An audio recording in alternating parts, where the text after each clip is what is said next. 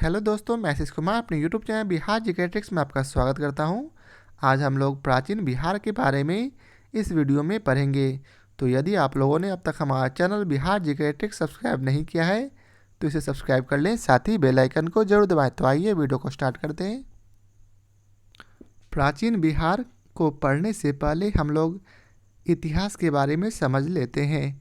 इतिहास मानव सभ्यता एवं संस्कृति का दर्पण है जो विभिन्न युगों में मानव जीवन की सफलताओं एवं विफलताओं, उत्कर्ष एवं अपकर्ष का वास्तविक चित्र भावी संस्कृतियों के सम्मुख प्रस्तुत करता है। इतिहास हमें हमारी विरासत से परिचित कराता है तथा वर्तमान को समझने और भविष्य को अधिक सुखद बनाने में भी सहयोग प्रदान करता है। बिहारी संस्कृति एवं समाज आज जिस स्थिति में है उनके संदर्भ में बिहार के अतीत का अध्ययन विशेष महत्व रखता है, क्योंकि वर्तमान बिहार की जड़ें अतीत से जुड़ी हुई है।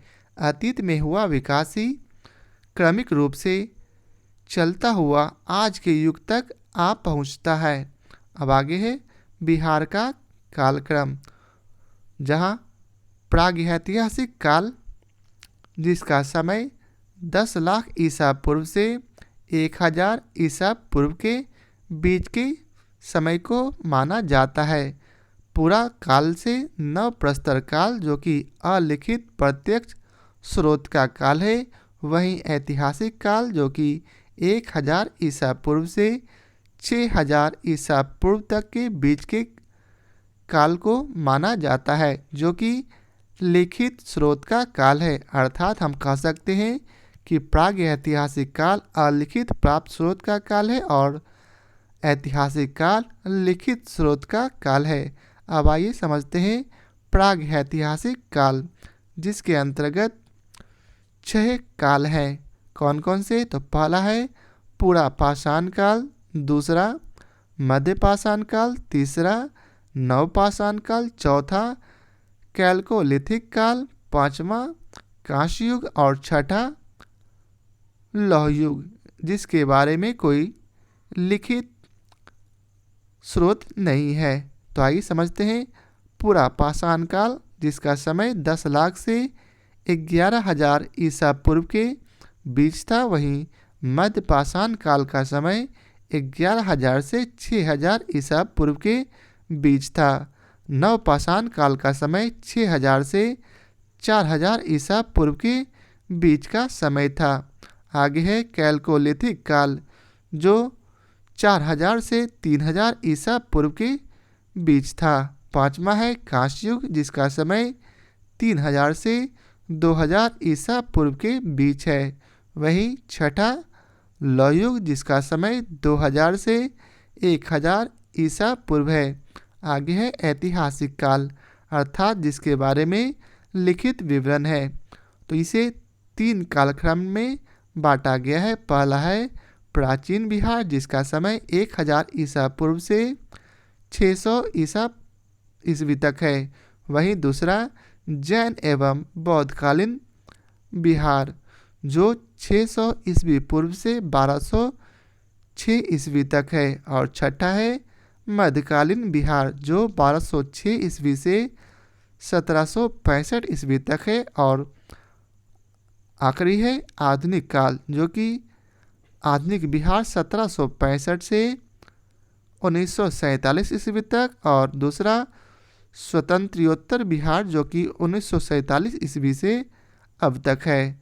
तो आइए पढ़ते हैं। सबसे पहले प्राग ऐतिहासिक काल। भूवैज्ञानिक दृष्टि से पृथ्वी करीब 48 अरब वर्ष पुरानी है। प्रारंभ में यह एक गोला मात्र था। इसे ठंडा होने के बीच कई उथल पुथल हुए। पृथ्वी की भूवैज्ञानिक समय सारणी को महाकल्पों में विभाजित किया जाता है। प्रत्येक महाकल्प को अनेक कल्पों में विभाजित किया जाता है और प्रत्येक कल्प अनेक युगों में बांटा जाता है। अधिकांश विद्वानों का विचार है कि धरती पर आदि मानव का जन्म 56 लाख वर्ष पहले हुआ, परंतु अत्यंत नूतन युग अर्थात 30 लाख वर्ष में मानव पृथ्वी के तत्कालीन वातावरण के अनुरूप अपने को ढालने का प्रयत्न किया। इसके बाद आदि मानव के अनेक रूप बदले। वह काल जिसके लिए कोई लिखित सामग्री उपलब्ध नहीं है, पत्थर के औजार, कुछ हड्डियों के उपकरण तथा कुछ अन्य पुरातात्विक सामग्री आदि तथ्यों के रूप में पर्याप्त होते हैं, प्रागैतिहासिक काल कहलाते हैं। प्रागैतिहासिक साक्ष्य धरती के ऊपर गुफाओं में या प्राचीन नदी निक्षेपों के साथ मिलते हैं। अब आइए पढ़ते हैं प्रागैतिहासिक कालीन बिहार के बारे में विस्तार से। बिहार राज्य के विभिन्न भागों में पुरातात्विक अन्वेषणों ने स्पष्ट कर दिया है कि इस प्रदेश में मानव निवास का इतिहास ईस्वी पूर्व लगभग 1 लाख वर्ष तक प्राचीन है। वहीं दूसरा बिंदु है मुंगेर, सारण, वैशाली, गया, पटना, नालंदा आदि से उपलब्ध हुए पाषाण औजारों तथा उपकरणों का संबंध पुरापाषाणकालीन संस्कृति से लेकर नवपाषाणकालीन संस्कृति तक से है। आगे है सबसे पुराने अवशेष आरंभिक पूर्व प्रस्तर युग के हैं, जो अनुमानतः 1 लाख ईस्वी पूर्व काल के हैं। अगला बिंदु मुंगेर और नालंदा जिलों में उत्खनन से पत्थर की कुल्हाड़ी, विभिन्न उपयोग में लाए जाने वाले पत्थर के औजार आदि प्राप्त हुए हैं। अगला पॉइंट है वाल्मीकि नगर, जो कि पश्चिम चंपारण में पड़ता है, से कुछ पूरा पाषाणकालीन उपकरण मिले हैं। मध्यवर्ती प्रस्तर युग, जो कि 1 लाख से 40,000 ईस्वी पूर्व के बीच है, के अवशेष मुंगेर से प्राप्त हुए हैं। मुंगेर से ही परवर्ती प्राचीन प्रस्तर युग के अवशेष मिले हैं, जो पत्थर से बने हैं। नालंदा के जेठियन से प्रारंभिक पाषाणकालीन के कुल्हाड़ी, चाकू आदि मिले हैं। आगे है मुंगेर से ही मध्य प्रस्तर युग के अवशेष प्राप्त हुए हैं, जो पत्थर के औजार हैं। अगला बिंदु है नव प्रस्तर युग के अवशेष सारण जिले के चिरांद और वैशाली जिले के चेचर से प्राप्त हुए हैं, जो पत्थर से बने सूक्ष्म औजार तथा हड्डी से बनी वस्तुएं हैं। आगे है ताम्र प्रस्तर युग के प्रवर्ती चरण के अवशेष सारण जिले के चिरांद, वैशाली जिले के चेचर, गया जिले के सोनपुर, पटना जिले के मनेर से प्राप्त हुए हैं। उत्खननों से मृदभांड और मिट्टी के बर्तन प्राप्त हुए हैं। विकसित नवपाषाणिक बस्तियों में प्रमुख है चेचर, चिरांद, ताराडीह, मनेर तथा सेनुआर। आगे है नवपाषाण काल के मानव ने कृषि करना सीख लिया था। अगला बिंदु है नवपाषाणिक उपकरण भीमबान, जो कि मुंगेर में पड़ता है, केऊर जो कि गया में, सेनुआर जो कि रोहतास में और चेचर कुतुबपुर जो कि हाजीपुर तथा चिरान जो कि छपरा में पड़ता है में मिले हैं। मनुष्य ने छोटे छोटे पत्थरों के औजारों के साथ साथ धातु के औजारों का उपयोग शुरू कर दिया था। इस युग को ताम्रपाषाण युग कहते हैं। ताम्रपाषाणिक संस्कृति के अवशेष सोनपुर, ताराडीह, मनेर, सेनुआर, मांझी तथा चिरांद चेचर में मिले हैं। आगे है पैसरा के उत्खनन से पूरा पाषाणकालीन एस्यूलरी संस्कृति से संबंधित उपकरण प्राप्त हुए हैं। एस्यूलरी संस्कृति के लोगों के फूस की झोपड़ियों के अवशेष मिले हैं। उपकरणों के आधार पर यह उन्नत एस्यूलियन काल के ज्ञात होते हैं। इनका समय अनुमानतः 50,000 से 1 लाख पूर्व रहा होगा। बिहार का ऐतिहासिक युग का आरंभ 1000 ईस्वी पूर्व से 600 ईस्वी पूर्व तक था। अब आइए चलते हैं इसके कुछ प्रश्न के मूल्यांकन करते हैं। तो पहला प्रश्न है, इतिहासकारों ने मानवों का उद्गम काल खाली स्थान लाख वर्ष पूर्व मध्य प्लीस्टोसीन माना है? तो इसका उत्तर है डी। अगला प्रश्न है प्रागैतिहासिक काल अर्थात पूरा काल से नवप्रस्तर काल कहलाती है? तो इसका उत्तर है ए अर्थात अलिखित प्रत्यक्ष स्रोत का काल। अगला प्रश्न है ऐतिहासिक काल जो कि 1000 ईस्वी पूर्व से 600 ईस्वी पूर्व तक कहलाती है? तो इसका उत्तर है बी लिखित स्रोत का काल। अगला प्रश्न है पूरा पाषाण काल है? तो इसका उत्तर है बी 9 लाख से 10,000 ईसा पूर्व के बीच। अगला प्रश्न है मध्य पाषाण काल जिसका समय 11 लाख से 6,000 ईसा पूर्व के बीच है। अगला प्रश्न है 6,000 से 4,000 ईसा पूर्व का काल कहलाती है क्या? तो इसका उत्तर है बी नवपाषाण काल। अगला प्रश्न है कैल्कोलिथिक काल है? तो इसका उत्तर है सी 4,000 से 3,000 ईस्वी पूर्व के बीच का काल।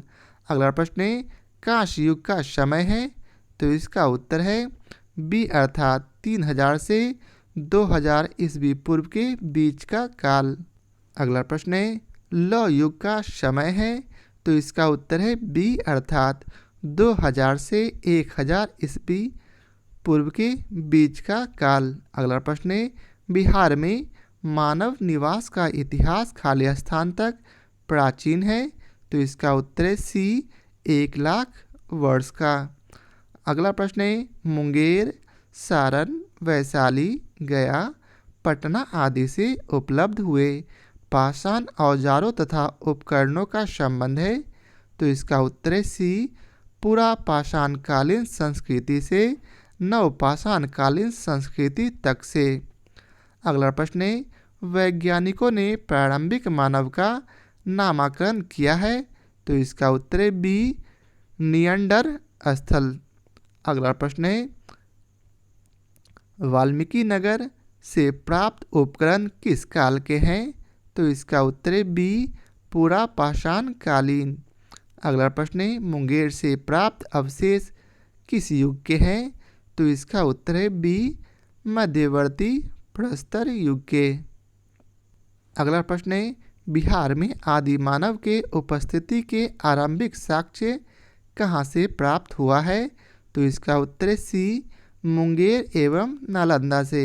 अगला प्रश्न है बिहार में आदि मानव के उपस्थिति के आरंभिक साक्ष्य किस युग के हैं? तो इसका उत्तर है ए पूर्व प्रस्तर युग के।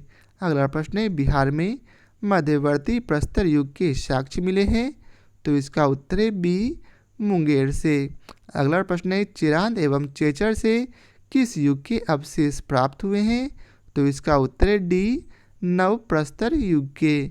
अगला प्रश्न है बिहार में ताम्र प्रस्तर युग के प्रवर्ती चरण के अवशेष कहाँ से प्राप्त हुए हैं?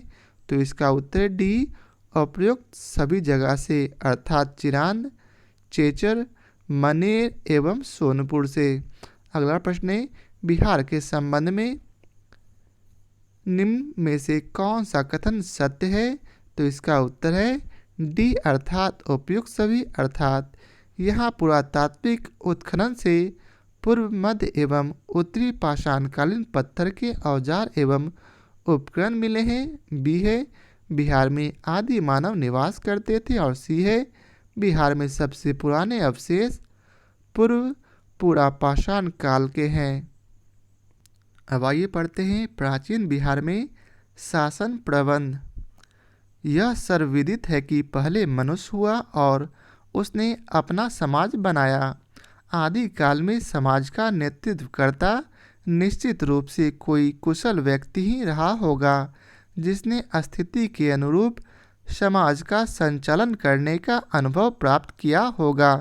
कालांतर में मनुष्य जाति ने प्रगति पथ पर चलता हुआ विकास करता गया। प्रगति का संप्रत्यय उतना ही प्राचीन है जितना कि स्वयं मानव समाज का इतिहास।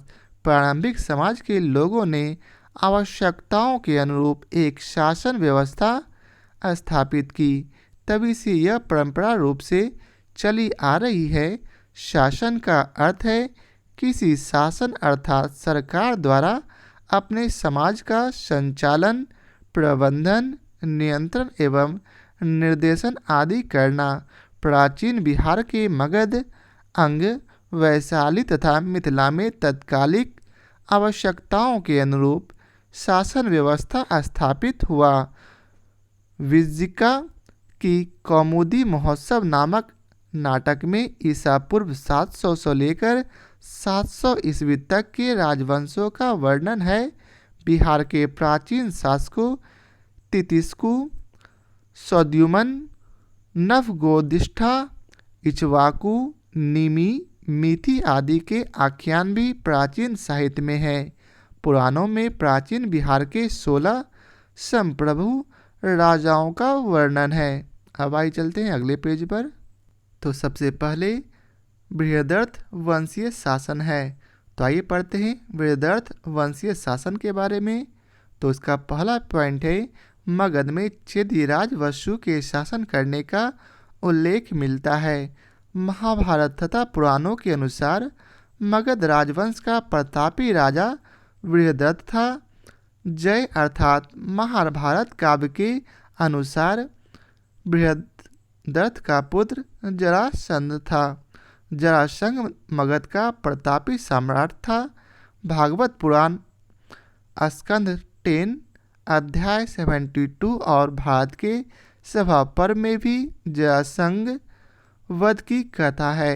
इसमें जरासंध को बृहदर्थ वंश का नवम राजा कहा गया है। उसने काशी, कौशल, चेदी, विदेह, अंग, बंग, कलिंग, पांड्य, शौबीर, मद्र, गांधार आदि राजाओं को पराजित किया था।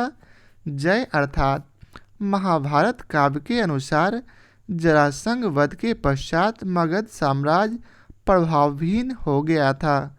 अब आगे है, जरासंध के पश्चात सहदेव मगध का शासक हुआ। सहदेव के पश्चात बृहदर्थ वंश के अंत लगभग 727 ईस्वी पूर्व तक मगध पर 32 राजाओं के शासन करने का उल्लेख मिलता है। मगध और अंग के बीच प्रतिस्पर्धा लगी रहती थी। बृहदर्थ वंश का अंतिम राजा रिपुंजय था, जिसकी हत्या उसका एक मंत्री पुलिक ने कर दी थी और अपने नाबालिग पुत्र को मगध के सिंहासन पर आसीन कर दिया था। इससे नाराज होकर भट्टिय नामक एक सामंत ने उस नाबालिग राजा की हत्या कर स्वयं मगध का राजा बन बैठा। मगध राजा भट्टिय का पुत्र बिंबिसार था।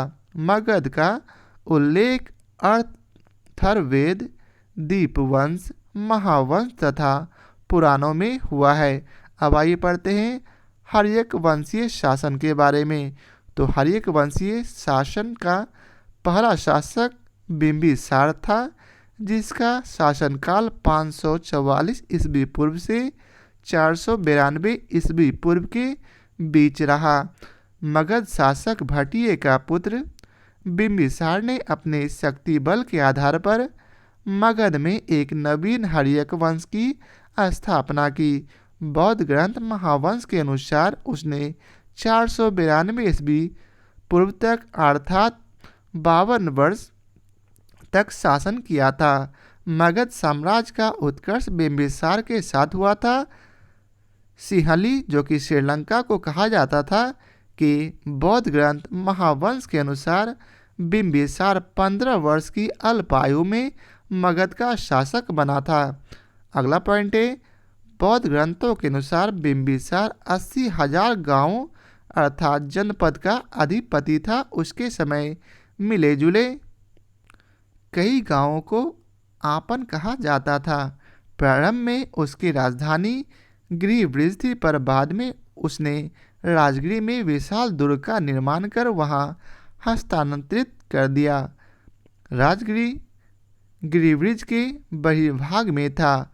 उसने वैवाहिक संबंध स्थापित कर राज्य का विस्तार भी किया था। साथ ही अपनी विजयों से भी राज्य विस्तार किया था।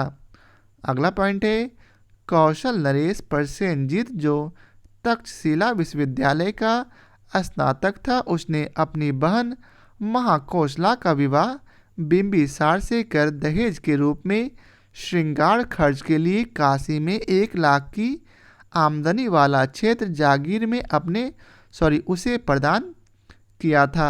महाकोशला से बिंबिसार पुत्र अजातशत्रु हुआ था। बिंबिसार का एक विवाह वज्जी राजा चेटक की पुत्री चेलना वैदेही से हुआ था, जो वर्धमान महावीर के मामा की पुत्री थी। चेलना वैदेही से बिंबिसार पुत्र हल और बेहल हुए। तीसरी पत्नी मद्रकुल की राजकुमारी क्षेमा थी। आगे है, बिंबिसार के आरंभिक शासनकाल के दौरान वर्धमान महावीर 6 वर्षों तक मगध क्षेत्र में नवीन जैन दर्शन का प्रचार करते रहे थे। राजगीर में अनेक चातुर्मास व्यतीत किए थे। जैन ग्रंथ कल्पसूत्र में इसका वर्णन है। बिंबिसार आरंभ में जैन धर्मावलंबी था। महावीर जब राजगीर के गुरनारसल चैत्य में निवास कर रहे थे, वहां पहुंचकर महावीर का दर्शन किया था। उसने जीव हत्या तथा हर तरह की बलि प्रथा पर राजकीय रोक लगा दी थी। वो प्रारंभ में महावीर के अहिंसा नीति का पालन अर्थात पालक था। आगे है, उसकी शासन व्यवस्था नियंत्रित दंड विधान, पुलिस व गुप्तचर व्यवस्था सशक्त थी। कृषकों, शिल्पियों, कारीगरों, विद्वानों आदि को राजकोष से सहायता प्रदान किया जाता था। महापात्र, सेनापति, व्यवहारिक आदि पदाधिकारियों का उल्लेख जैन व बौद्ध ग्रंथों में हुआ है। बौद्ध चीनी तीर्थयात्री ह्वेनसांग ने बिंबिसार मार्ग, बिंबिसार पुल का उल्लेख किया है। वह कुल उपज का 1/6 भाग भूमि कर के रूप में लेता था। कई महाजनपदों के राजदूत भी राजगृह में निवास करते थे। आगे है, बिंबिसार प्रथम भारतीय शासक था जिसने अस्थायी सेना बना रखी थी, जिसके कारण उसे सैन्य भी कहा जाता था। उसे पहली बार हाथी का प्रयोग युद्ध के दौरान किया था। आगे है, बिंबिसार के शासनकाल के दौरान भारत में 16 महाजनपद थे जो आपस में प्रतिस्पर्धा करते थे। वे 16 महाजनपद मगध, काशी, कौशल, अंग, वज्जी, मल, चेदी, वत्स, कुरु, पांचाल, मत्स्य, शूरसेन, अशक, अवंती, गांधार तथा कंपोज थे। इनमें मगध बिंबिसार के समय से उत्तरोत्तर विकास करता जा रहा था। जैन तीर्थकरों, पार्श्व एवं महावीर के कारण मगध का महत्व काफ़ी बढ़ गया था। बिहार से ही जैन धर्म 16 महाजनपदों तक विस्तार पाया था और वहां जैन धर्म बहुसंख्यकों का धर्म हुआ करता था। अगला पॉइंट है, बिंबिसार के शासनकाल में मगध का विस्तार संपूर्ण बिहार में हो गया तथा उसका प्रभाव कौशल, मद्र, लिच्छवी, अवंती, गांधार, कंबोज, पांचाल, मत्स्य तक बढ़ गया था। अवंती नरेश प्रद्योत के साथ मैत्री संबंध स्थापित कर मगध का प्रभाव क्षेत्र बढ़ाया था। विदुर पंडित जातक, महावग्ग तथा सोनदंड सूत से बिंबिसार की अंग पर विजय की पुष्टि होती है।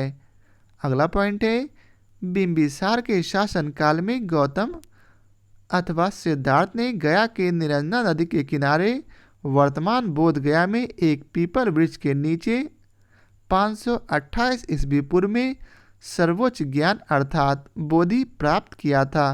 तब से उन्हें बुद्ध कहा जाने लगा। आगे है, गौतम जब बुद्ध बन गए तब वह गया से चलकर सारनाथ पहुँचे और वहाँ उन्होंने बौद्ध संघ की स्थापना की। बौद्ध संघ की स्थापना के साथ बौद्ध धर्म का प्रादुर्भाव हुआ।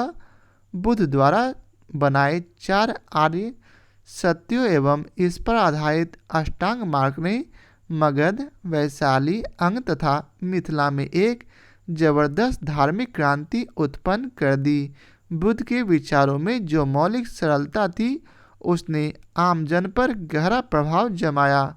बिंबिसार ने भी हृदयस्थ भाव से बुद्ध के विचारों को आत्मसात कर लिया। आगे है, बिंबिसार ने अपने राजवैद्य जीवक को बौद्ध भिक्षुओं की स्वास्थ्य सेवा के लिए गौतम बुद्ध के साथ लगा दिया।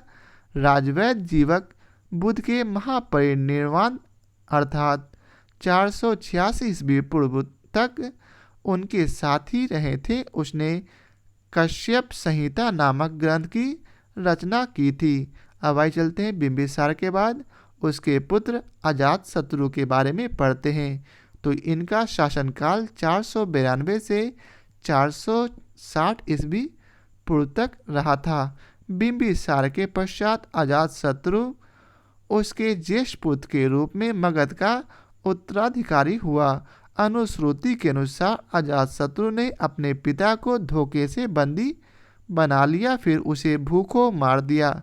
परंतु जैन अनुश्रुतियां अजातशत्रु को पितहंता नहीं मानती है। बिंबिसार की मृत्यु के बाद उसकी महारानी महाकोसला देवी पति शोक से दिवंगत हो गई। महाकोसला देवी कौशल नरेश प्रसेनजीत की बहन थी। प्रसेनजीत ने महाकोसला देवी के श्रृंगार व्यय हेतु बिंबिसार को 1 लाख की आमदनी वाली काशी जनपद प्रदान की थी। महाकोसला की मृत्यु के बाद प्रसेनजीत ने काशी जनपद को फिर से अपने अधिकार में ले लिया। इसी बात को लेकर कौशल और मगध के बीच युद्ध छिड़ गया। संयुक्त निकाय के अनुसार प्रथमतः प्रसेनजीत पराजित हुआ, किंतु दूसरे दौर के युद्ध में अजातशत्रु पराजित होकर प्रसेनजीत का बंदी बना। बाद में दोनों के मध्य संधि हो गई। कौशल नरेश प्रसेनजीत ने अपनी पुत्री वजीरा का विवाह अजातशत्रु के साथ कर दिया। इस तरह काशी पर अजातशत्रु का अधिकार यथावत बना रहा। आगे है, अजातशत्रु पहले अंग की राजधानी चंपा में प्रांतपाल नियुक्त हुआ था। वह एक महत्वाकांक्षी शासक था, इसलिए उसने अपने पिता की राज्य विस्तार नीति को जारी रखा। आगे है, मगध और वैशाली के बीच 16 वर्ष तक युद्ध चलता रहा। इस युद्ध में अजातशत्रु ने महाशिलाकंटक तथा रत्नमूसल अस्त्रों का प्रयोग सर्वप्रथम किया था।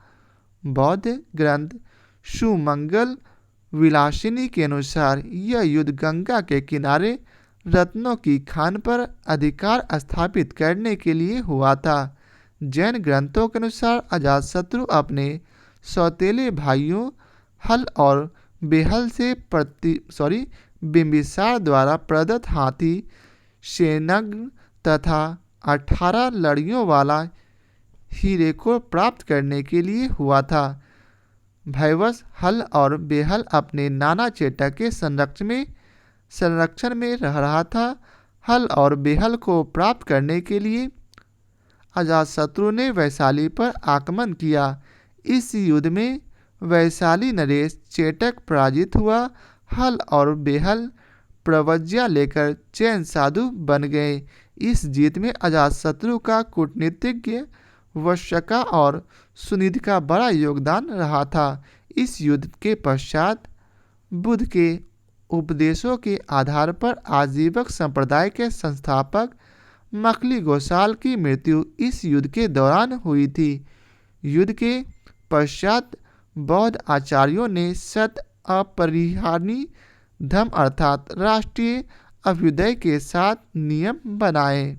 आगे है, अजातशत्रु की राज्य विस्तार नीति से भयभीत होकर चेटक अजातशत्रु के दुश्मन देशों से संपर्क बढ़ाने लगा। जैन ग्रंथ निर्यावली सूत्र के अनुसार चेटक ने नवलिच्छवियों, नवमल्लों तथा काशी और कौशल के 18 गणराज्यों को एकत्र कर मगध नरेश अजातशत्रु के विरुद्ध एक मोर्चा बनाया था।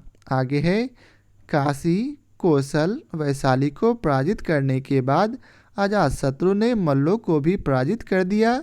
मल्लों को पराजित करने से पूर्व उत्तर प्रदेश का बहुत बड़ा भाग मगध में मिल गया। आगे है मध्यम निकाय के अनुवार अवंती अर्थात मालवा के राजा चंद्रप्रद्योत के आक्रमण के भय से अजातशत्रु ने राजगृह का दुर्गीकरण करवाया था। दोनों एक दूसरे से भयाक्रांत थे। चंद्रप्रद्योत का देहांत हो जाने से अजातशत्रु उधर से निश्चिंत हो गया और उसका ध्यान उत्तरी सीमांत की ओर हो गया। उसने उत्तरी क्षेत्रों पर भी विजय प्राप्त की और मगध की सीमा हिमालय की तलहटी तक पहुंच गई। आगे है भास के अनुसार अजातशत्रु ने अपनी कन्या पद्मावती का विवाह वक्तराज उदयन के साथ किया था। उदयन मगध एवं अवंती के बीच सुलहकार था। इस सुलह के कारण दोनों प्रतिद्वंदी ही बने रह गए थे। आगे है अजातशत्रु की धार्मिक नीति उदार थी। आरंभ में वह जैन था, परंतु गौतम बुद्ध के उपदेशों से प्रभावित होकर बुद्ध का अनुयायी बन गया था। द्वितीय सदी ईसा पूर्व भरूत स्तूप की एक वेदिका पर अजातशत्रु भगवान बुद्ध की वंदना करता है। अजातशत्रु भगवती वंदते उत्कीर्ण है, जो उसके बौद्ध होने का पुरातात्विक प्रमाण है। अजातशत्रु के शासनकाल के 8वें वर्ष अर्थात 483 ईस्वी पूर्व में गौतम बुद्ध का महापरिनिर्वाण प्राप्त हुआ था। बुद्ध के अवशेषों पर अजातशत्रु ने राजगृह में एक स्तूप का निर्माण भी करवाया था। अजातशत्रु के शासनकाल में प्रथम बौद्ध संगीति का आयोजन राजगीर में व्यवहार पहाड़ी की सप्तपर्णी गुफा में हुआ था, जिसकी अध्यक्षता महाकश्यप ने की थी। प्रथम बौद्ध संगति में ही बुद्ध की शिक्षाओं को 2 भागों सूत पिटक एवं विनय पिटक के रूप में किया गया था। यह आज भी बौद्धों के लिए मार्गदर्शक ग्रंथ बनी हुई है। आगे है पुराणों के अनुसार अजातशत्रु 28 वर्ष तथा बौद्ध ग्रंथों के अनुसार 32 वर्ष शासन किया था। वहीं आगे है बौद्ध तथा जैन ग्रंथ अजातशत्रु को अपने अपने मत का अनुयायी मानते हैं। उसके बाद है बौद्ध ग्रंथों के अनुसार अजातशत्रु की हत्या उनके पुत्र उदायन ने की थी, किंतु जैन ग्रंथ ऐसा नहीं मानते हैं। जैन ग्रंथ परिशिष्ट पर्वन उसे पितृभक्त कहता था। अब आइए पढ़ते हैं उदायन या उदयभद्र, जो कि अजातशत्रु का पुत्र था, जिसका शासनकाल 460 से 455 ईस्वी पूर्व के बीच रहा। पाली ग्रंथों तथा बौद्ध ग्रंथ दृढ़ निकाय के अनुसार अजातशत्रु के पश्चात उसका पुत्र उदायन अथवा उदयभद्र 559 ईस्वी पूर्व के लगभग मगध के सिंहासन पर बैठा। कथाकोश तथा परिशिष्ट पर्वन में उदायन को कुनिक अर्थात अजातशत्रु का पुत्र कहा गया है। उदायन की ख्याति विशेषकर पाटलिपुत्र नगर बसाने व निर्माण के कारण है। बिंबिसार के विरुद्ध वैशाली, नवमल्लों, काशी, कौशल, अवंती, नवलिच्छवियों आदि ने मिलकर एक मोर्चाबंदी की थी। उस मोर्चाबंदी से मुकाबला करने के लिए अजातशत्रु ने पाटलिपुत्र में एक दुर्ग का निर्माण करवाया था। यह दुर्ग सोन तथा गंगा के संगम पर, अब यह संगम पटना से कई मील पश्चिम हट गया है, एक कुटिल कोण में अवस्थित था। इसके पूर्व लिच्छवी, सैनिक, व्यापारिक आदि गंगा पार कर पाटली ग्राम में महीनों पड़ाव डाले रहते थे। गंगा तथा सोन नदी के माध्यम से व्यापार हुआ करता था, इसलिए भी यह क्षेत्र महत्वपूर्ण थी। चुंगी को लेकर लिच्छवियों और अजातशत्रु के सैनिक इसके पूर्व टकराते भी रहते थे। अजातशत्रु के अमात्य सुनीत एवं वशकार ने राजगृह तथा पाटलिपुत्र में किलेबंदी नए सिरे से करवाया था। अजातशत्रु ने बुद्ध का मत जानने के लिए उनके पास अपने अमात्य वशकार को भेजा भी था, परंतु उदयन ने अपने शासनकाल में मगध की राजधानी राजगृह से पाटलिपुत्र में स्थापित करके इसकी पुष्टि परिशिष्ट पर्वन, गार्गी संहिता तथा वायुपुराण से हो जाती है। उदयन के काल में मगध और अवंती के बीच संघर्ष हुआ था। स्थवी रावली चरित्र के अनुसार उसने एक पड़ोसी राज्य पर आक्रमण किया और उसके राजा को मार डाला था। राजा के पुत्र ने अवंती की राजधानी उज्जैनी में शरण ली और साधु वेश में पाटलिपुत्र में जाकर धोखे से उदयन की हत्या कर दी। उदयन जैन था। उसने पाटलिपुत्र के मध्य एक जैन चैत्यालय का निर्माण करवाया था। जैन साहित्य को अनुसार वह नियमित रूप से व्रत करता था और नियमित रूप से जैन आचार्यों से प्रवचन सुनता था। आगे है, उदयन के उत्तराधिकारियों ने लगभग 412 ईस्वी पूर्व तक शासन किया था। आगे है, बौद्ध ग्रंथ दीपवंश एवं महावंश के अनुसार अनिरुद्ध, मुंड एवं नागदाशक उदयन के बाद मगध के शासक हुए थे। इन तीनों ने क्रम से अपने पिता की हत्या कर मगध सिंहासन हस्तगत किया था। उदयन के उत्तराधिकारी अनिरुद्ध का सारा कार्यकाल लिच्छवियों के ही मामलों को सुलझाने में व्यतीत किया था। अब आगे है नागदशक या दर्शक, जिसका काल 518 से 412 ईस्वी पूर्व तक था। नागदशक हर्यक वंश का अंतिम शासक था। ईसा पूर्व 8वीं सदी के उत्तरार्ध में काशी का राजा शिशुनाग था। नागदशक के शासन काल में मगध की प्रजा ने शासक के विरुद्ध विरोध कर दिया था। अमात्यों ने भी नागदशक के विरुद्ध उठ खड़े हुए थे। सभी ने काशी के प्रांतपाल राजा शिशुनाग को मगध के राजा के रूप में वरण किया। नागदशक का समय अधिकतर अजातशत्रु के जीते हुए क्षेत्रों पर अधिकार दृढ़ करने में बीता था। आगे है, शिशुनाग ने अपनी राजधानी गृहवृत्त अर्थात राजगृह के निकट गिरियक में स्थापित की और अपने पुत्र कालवर्ण को काशीराज अर्थात प्रांतपाल का पद प्रदान किया। इसके बाद मगध का युवराज काशीराज भी होने लगा। आगे है शिशुनाग वंशीय शासन। तो सबसे पहले है शिशुनाग, जिसका कार्यकाल 412 से 344 ईस्वी पूर्व तक रहा। बौद्ध ग्रंथ दीपवंश तथा महावंश के अनुसार हर्यक वंशीय मगध शासक नागदाशक को सत्ताच्युत कर काशी का प्रतिपाल शिशुनाग मगध का राजा बना था। शिशुनाग के राज्यारोहण के साथ मगध में शिशुनाग वंशीय शासन आरंभ हुआ। सिंहली बौद्ध ग्रंथों के अनुसार शिशुनाग ने 18 वर्षों तक शासन किया था। आगे है, शिशुनाग ने अपनी राजधानी गिरिब्रिज जो कि राजगृह के निकट गिरियक में स्थापित की और अपने पुत्र काकवर्ण को काशीराज का पद प्रदान किया।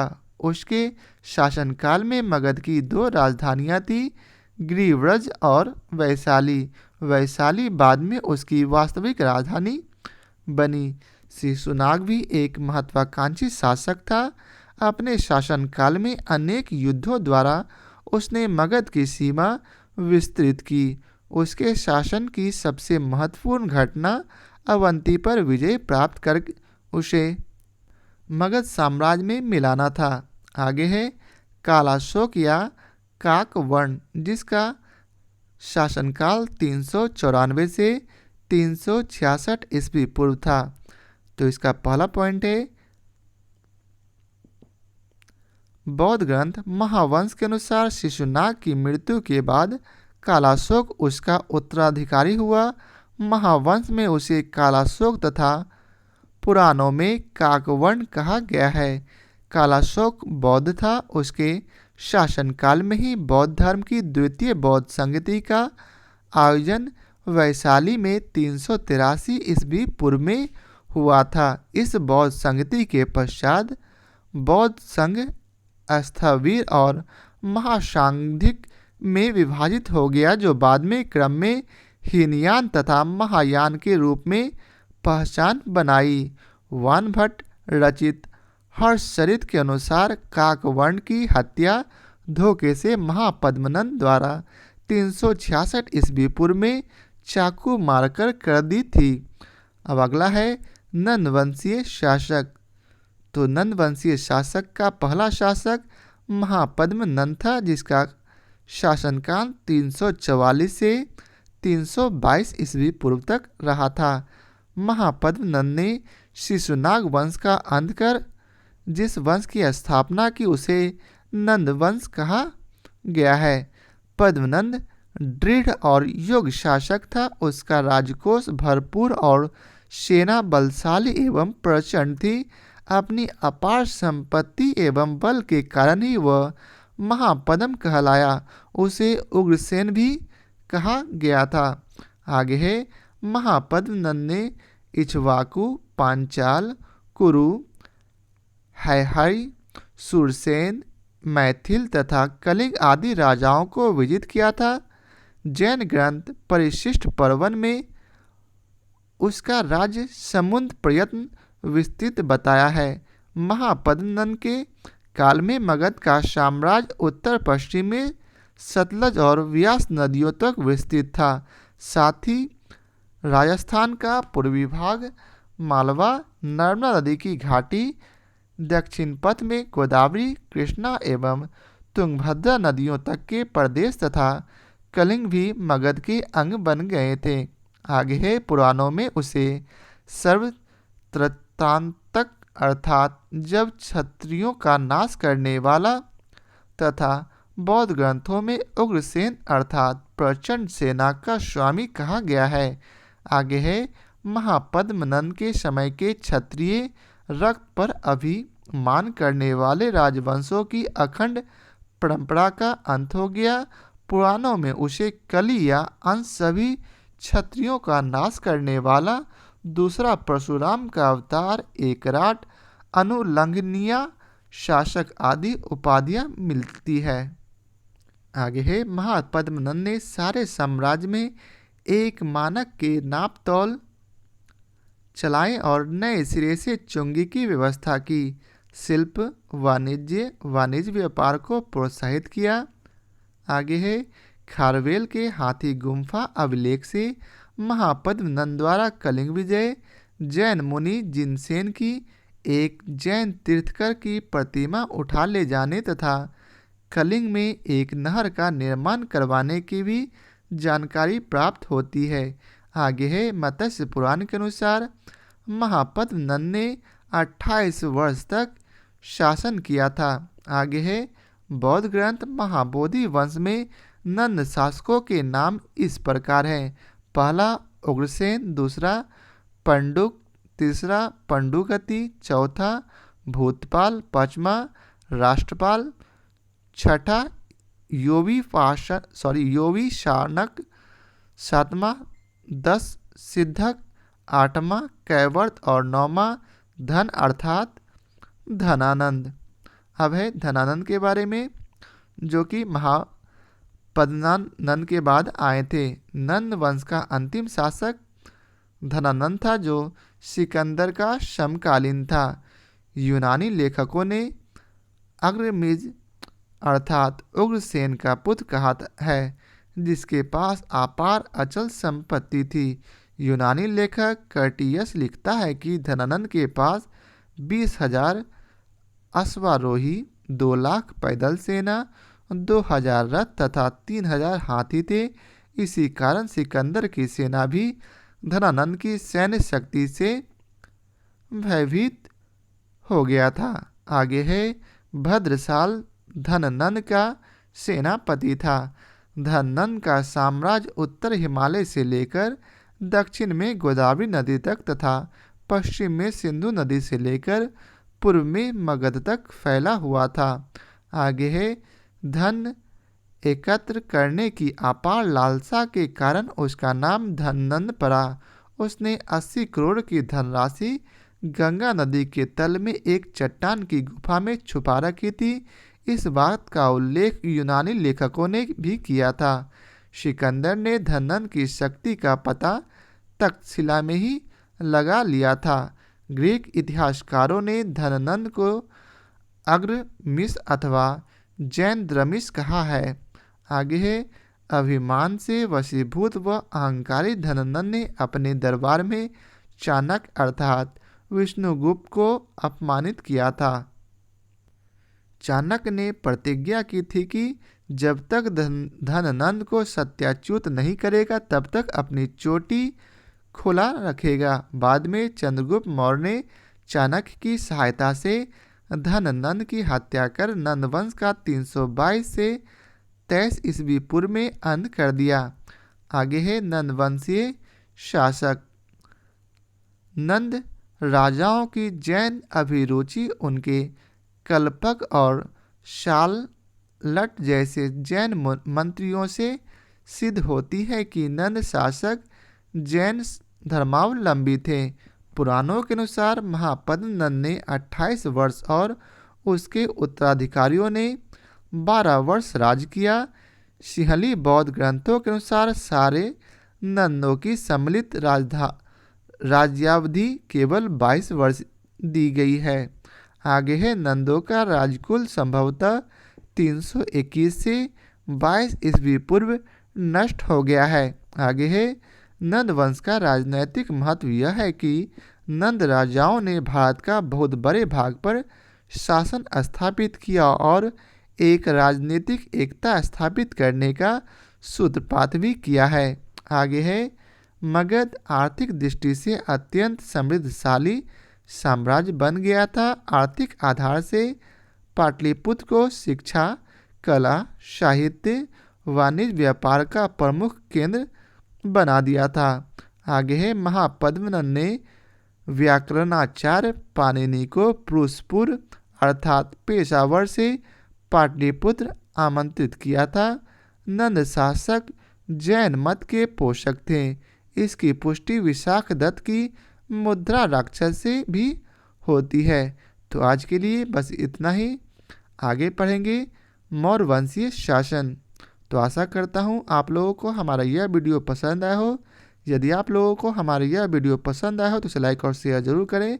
फिर मिलते हैं मौर्य वंशीय शासन के साथ। आज के लिए बहुत बहुत धन्यवाद।